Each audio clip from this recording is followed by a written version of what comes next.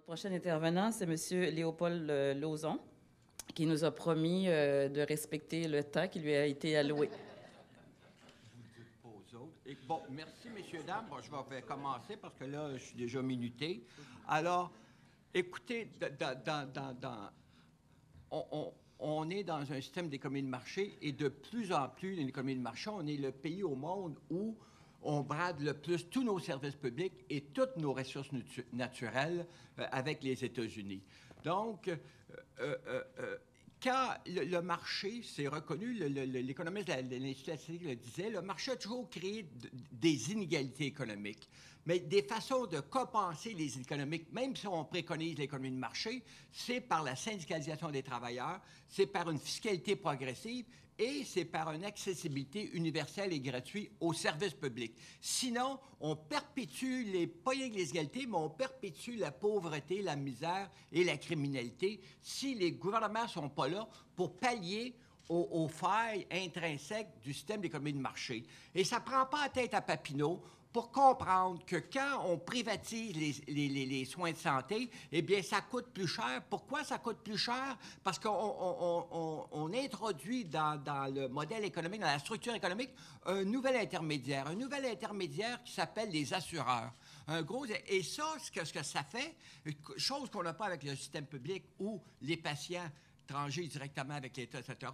Mais quand les assureurs interviennent, eh bien, contrairement au système public, ceux qui s'en prennent à la bureaucratie du système public, eh bien, quand on introduit les assureurs, on n'a qu'à regarder aux États-Unis, les coûts de bureaucratie explosent. Entre autres, pour les médecins qui doivent demander des permissions, doivent s'adresser à la compagnie d'assurance, etc. Les coûts de bureaucratie explosent. Et bien évidemment, vous insérez aussi, là, on arrive avec des assureurs privés qui veulent des gros taux de rendement et des hôpitaux et cliniques privés qui veulent des gros taux de rendement.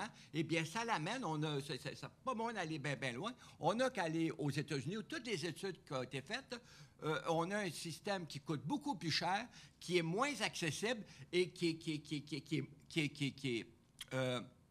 est pas meilleur.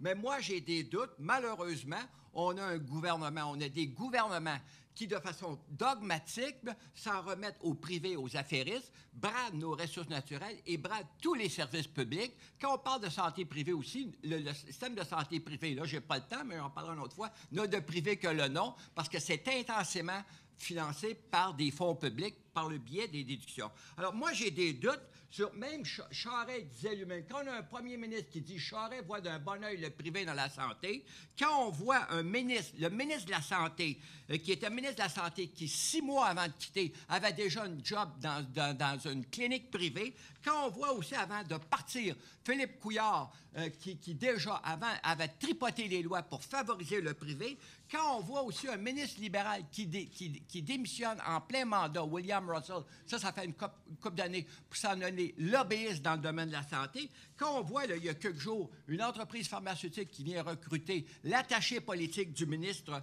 Bolduc, quand on voit aussi des partisans du privé qui ont un parti pris, non seulement...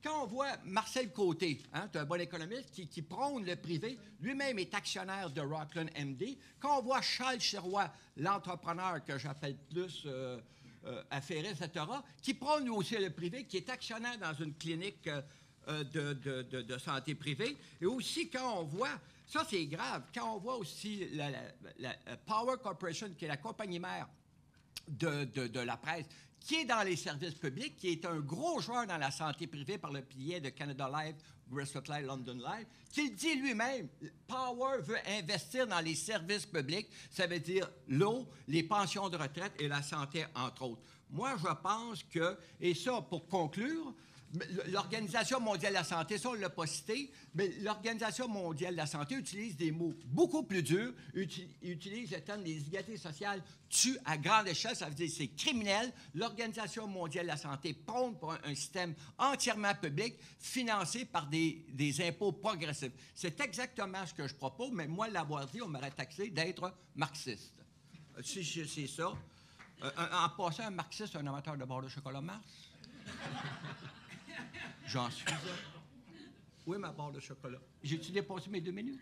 Non, M. Lauzon, vraiment, depuis que je vous suis, c'est un tour de force ce matin. Vous avez mon respect.